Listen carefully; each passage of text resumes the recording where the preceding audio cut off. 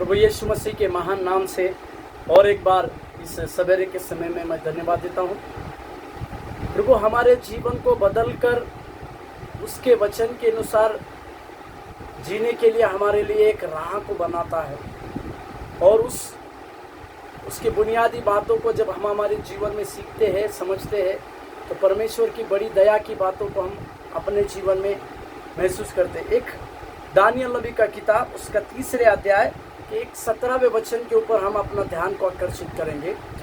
Daniel नबी की पत्री उसके 3 अध्याय 17वां वाक्य, जहाँ पर शद्रक मेशक और अबेदनगो ने उस राजा नबूकदनेस्सर को जो जवाब दिया उसके ऊपर अपना ध्यान को आकर्षित करें। 17वां वचन, हमारा परमेश्वर जिसकी हम उपासना करते हैं हमको उस दगदगते हुए भट्टी की आग से बचाने की शक्ति रखता है, वरन हे राजा वह हमें तेरे हाथ से भी छुड़ा सकता है। इस घटना को, इस अध्याय को हम उच्च कोटि का विश्वास प्राप्त करने वाले 4 लोगों के बारे में, शद्रक मेशक और अबेदनगो के बारे में, उस 3 लोगों के बारे में हम देखते हैं जिनका विश्वास पूरी रीति से परमेश्वर के ऊपर था। उनके जीवन में पूरी रीति से परमेश्वर के साथ समर्पित जीवन को जीने की बातें थी।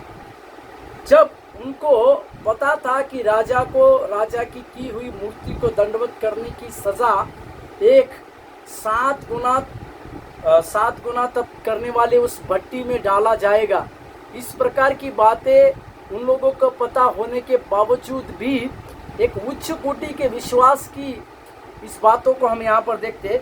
वे साफ रीति से कहते हैं कि हे राजा, हम जिस परमेश्वर की उपासना या उस परमेश्वर को मानते हैं वो परमेश्वर हम लोगों को आपकी आग की भट्टी से बचाने के लिए पर्याप्त परमेश्वर है। और वो ये शद्रक मेशक अबेदनगो के अन्य जाति के राजा के पास एक जीवित परमेश्वर की बातों को रख रहे हैं। उनका ये कहना है कि वो जिस परमेश्वर की भक्ति और आराधना करते हैं वो परमेश्वर उनको इस दगदगती हुई भट्टी की आग से बचाने के लिए सामर्थ्य है।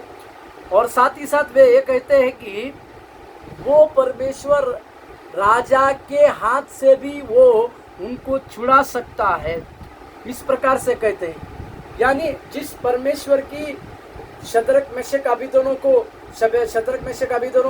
प्रार्थना उपासना करते थे, वो उस राजा की हर एक कार्रवाई के विरोध में काम करने की ताकत रखता है, उस भट्टी से उनको बचा के रख सकता है और राजा के हाथ से भी उनको बचा के रख सकता है।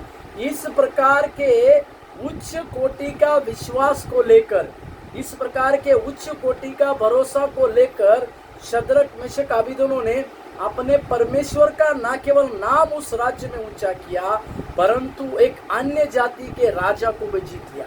सवेरे के समय में हम भी ऐसे कई एक अन्य जातियों में परमेश्वर के नाम को न केवल ऊंचा करें परंतु ऐसे कई एक लोगों को जीतने के लिए परमेश्वर हमें मदद कर देना। प्रभु आपको आशीष दे। धन्यवाद।